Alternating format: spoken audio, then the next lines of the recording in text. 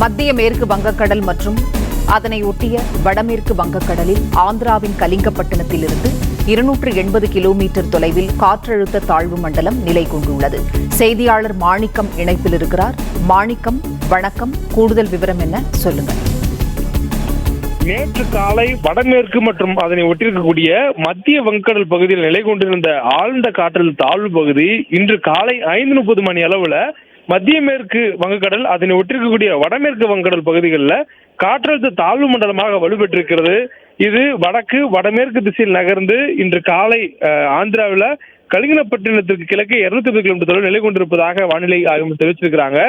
இது அடுத்த 24 மணி நேரத்தில் வடக்கு திசையில் நகர்ந்து வடக்கு ஒடிசாவிற்கும் மேற்கு வங்க கடற்கரை பகுதிக்கும் செல்லும் என்ற ஒரு தகவலான சொல்லப்பட்டிருக்கிறது. அதாவது வடக்கு ஒடிசாவுக்கும் மேற்கு வங்கத்துடைய கடற்கரை பகுதிக்கும் இடையே ஆழ்ந்த காற்றழுத்த தாழ்வு மண்டலமாக வலுப்பெறும் எனவும், இது மேற்கு வடமேற்கு திசையில் நகர்ந்து வரக்கூடிய 9ஆம் தேதி மாலை அல்லது இரவு நேரத்தில் ஒடிசா மற்றும் அதனை ஒட்டி மேற்கு வங்க கடற்கரை பகுதிகளில், அது பூரிக்கும் மேற்கு வங்கத்தினுடைய தீகாக்கும் இடையே கரை கடப்பதற்கான வாய்ப்பு இருப்பதாக சொல்லப்பட்டிருக்கிறது.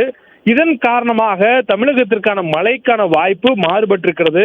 முன்னதாக நமக்கு 7 நாட்களுக்கு மிதமான அளவில் மழை தொடர்ந்து பெய்யக்கூடிய வாய்ப்பு இருப்பதாக வானிலை ஆய்வு சொல்லியிருந்த நிலையில தற்பொழுது இன்றும் நாளையும் தமிழகத்தில் ஓரிரு இடங்கள்ல இடி மின்னலுடன் கூடிய மிதமான அளவில் மழை பெய்யும் எனவும், மழை பெய்யக்கூடிய நேரங்களில் தரைக்காற்று வலுவாக இருக்கும் எனவும் தெரிவிக்கப்பட்டிருக்கிறது. குறிப்பாக மழை பெய்யக்கூடிய நேரங்களில் தரைக்காற்று மணிக்கு 40 கிலோமீட்டர் வேகம் வரையிலும் வீசக்கூடிய வாய்ப்பு இருப்பதாகவும் வானிலை ஆய்வு தெரிவித்ததாக. மற்றபடி வரக்கூடிய 10ஆம் தேதியிலிருந்து 14ஆம் தேதி வரையிலுமான நாட்களில் நமக்கு லேசான அளவில் மட்டுமே மழை இருப்பதற்கான வாய்ப்பு இருப்பதாக தெரிவிக்கப்பட்டிருக்கிறது. தற்பொழுது வங்கக்கடல் நிலை கொண்டிருக்கக்கூடிய இந்த காற்றழுத்த தாழ்வு மண்டலம் ஆழ்ந்த காற்றழுத்த தாழ்வு மண்டலமாக வலுப்பெற்று கரையை கடந்ததுக்கு பிறகாகவே மீண்டும் தமிழகத்திற்கான மழைக்கான வாய்ப்பில் மாற்றங்கள் ஏற்படலாம் எனவும் சொல்லப்பட்டிருக்கிறது.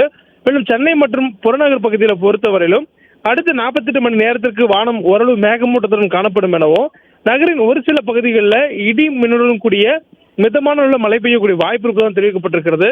சென்னை மட்டுமில்லாது ஒட்டுமொத்த தமிழகத்தில் மழைக்கான வாய்ப்பு மாலை அல்லது இரவு நேரங்களில் அதிகமாக இருப்பதற்கான வாய்ப்புகள் இருப்பதாகவும் வானிலை ஆய்வு குறிப்பிட்டிருக்காங்க.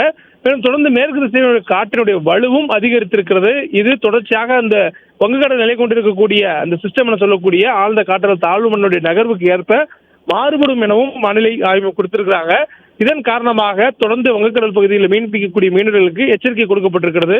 குறிப்பாக தமிழக கடலோர பகுதிகளில் இன்றும் நாளையும் மன்னார் வளைகுடா, தென் தமிழக கடலோர பகுதிகள் மற்றும் அதனை ஒட்டிய குமரிக்கடல் பகுதிகளில் சூறாவளி காற்று வீசக்கூடிய வாய்ப்பு இருப்பதாக காரணமாக அந்த பகுதிகளுக்கு மீன்பிடிக்க செல்ல வேண்டாம் என்ற ஒரு எச்சரிக்கையை வானிலை ஆய்வும் கொடுத்திருக்கிறாங்க.